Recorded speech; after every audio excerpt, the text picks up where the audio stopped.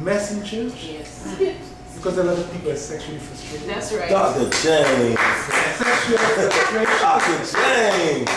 Sexual frustration. On point. On Counsel point. a lot. That's right. That's right. That's a fact. It is a fact. Is that research? Is that proven, Dr. You know, we James? put that on Can we take this Video's gonna go on Facebook. Is that It is true. And certain, That was more than one Bible study. I'm serious, okay? A lot of interesting research is being done, even in terms of psychological problems. In some churches, there's a higher rate of psychological problems. Because again, what was church? Church is more than just being saved. Church is a function. It's a social function. It's a sense of being connected. And when people are disconnected, where can we go, especially as African Americans, to be connected? Not to the church. So church is a multifaceted aspect about it too. And that's where I think one of the big issues is that a lot of our pastors are not sufficiently trained to deal with those issues. And that's what's hurting a lot of our persons. You know? So when people come to me and say, well, fine, okay, you want to be in a relationship, you're not in a relationship, let's talk about masturbation. And the first thing is, my pastor preaches against it. It's just amazing how much black pastors have control of people's lives. Yes. It is unhealthy. It is painful. Dr. James wanted to talk about this at my conference that I just had. I said, no, we can't talk about it. No. But it is true. The girl that you control people's lives. Because again, the men don't understand human nature. You know, if you can hoop, you get a call. But there's more than just hoping to get a call. You have In, let's say, in a monogamous relationship where people are faithful to each other, don't go out. You have two parties. One has a higher sex drive than the other, which is a lot of marriages. So, is it unhealthy for the person that has a lower sex drive to force themselves to have sex to please the other person? Or what's healthy in that regard? Because we're talking all about how can you healthily leave yourself if you have a high desire. What if you have the lower desire? Is there an obligation there for the other side? I mean, usually when there is what we call sexual aversion disorder and low sexual drive, one of these two, we try to find what's really happening. Because many of these, especially women, they really want to give more sexually.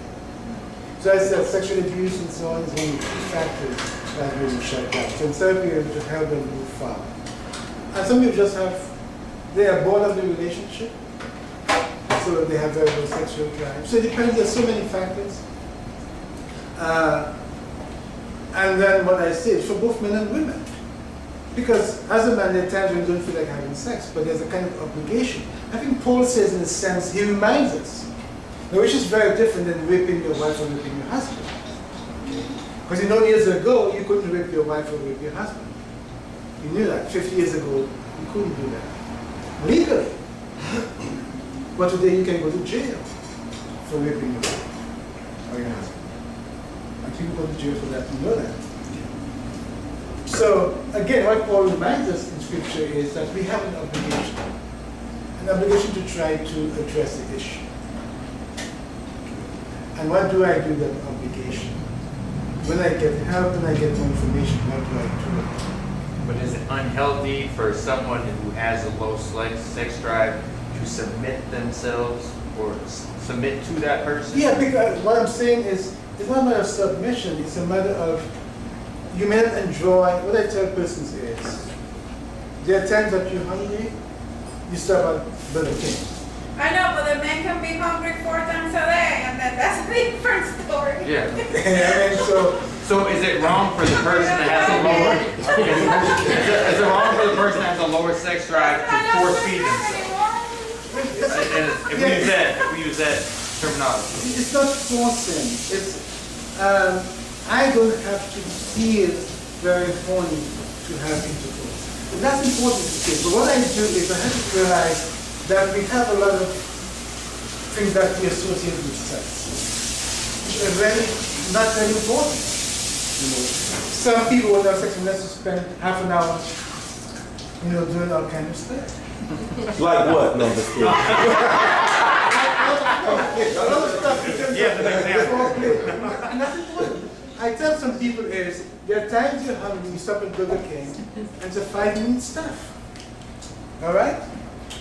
5 minutes. Then there are times you're hungry, and you may go to Golden Corral. Maybe spend half an hour there. And there are times when you're hungry, and you want to be at the restaurant for an hour and a half. It doesn't have to be 1 day, and that's a big issue. It's like it has to be a half an hour issue to us. Life is never consistently the same. So I have had tremendous cases where I've had couples realize it can be different. We can have different arrangements at different points in time. And if there's a certain big gap, how do we navigate that gap? It won't ever come to that same point in time. But I don't have to feel very horny if my wife wants to have sex. Have sex with her. I say, there are times when you feel like going to work. What do? You go to work. There are times when you feel like going to school, to class. What do? If we always have to go by our feelings, that would be very good. That's why God gave us our minds. We have our feelings, our affect, we've got our cognitions to help them about the balance. Yeah, and I think you make a valid point, just kind of communicating with your partner as to why the reason is that you're not able to sexually perform at that time, or, making them say, okay, like, I'm not hungry, I'm gonna eat a little bit, or like, kind of mentally preparing yourself to, when you get married, there's sacrifices that you have to make. But then communicating, if you can't make that, it's not because I'm cheating on you or I'm doing something else. Because a lot of people also think no sex means you're stepping out somewhere else. Right. No, it's not. And some couples will actually have to do, they have 2 thermometers, one for the man, one for the woman. And during the day, they indicate how horny they're feeling. Very good. Is that on the refrigerator? Or? Anyway, in the house. Beside the bed. Oh, okay. You walk over someone's house. Hey, what's this?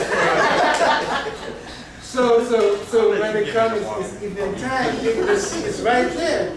It tells them, and then you can prepare for that.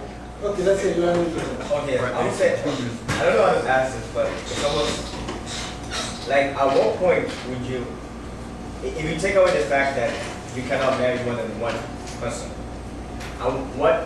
what factors would you, as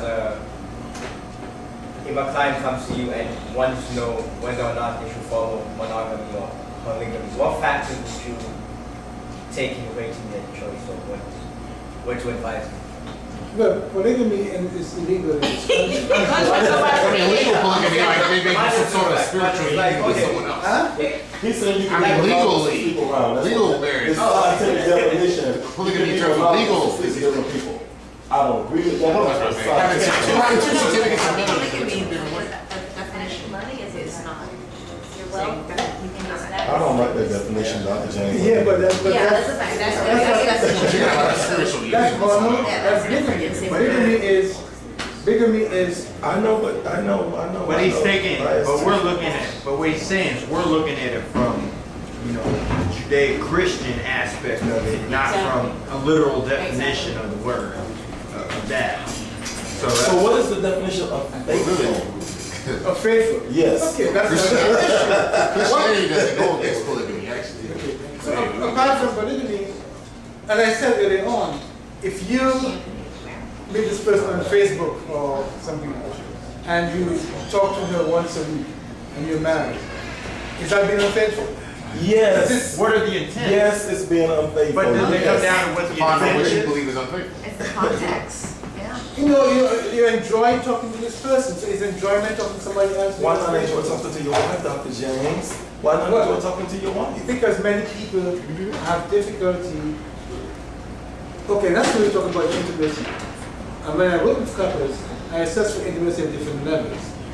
And let me tell you, for example, no one person can meet all of your needs. And that's where sometimes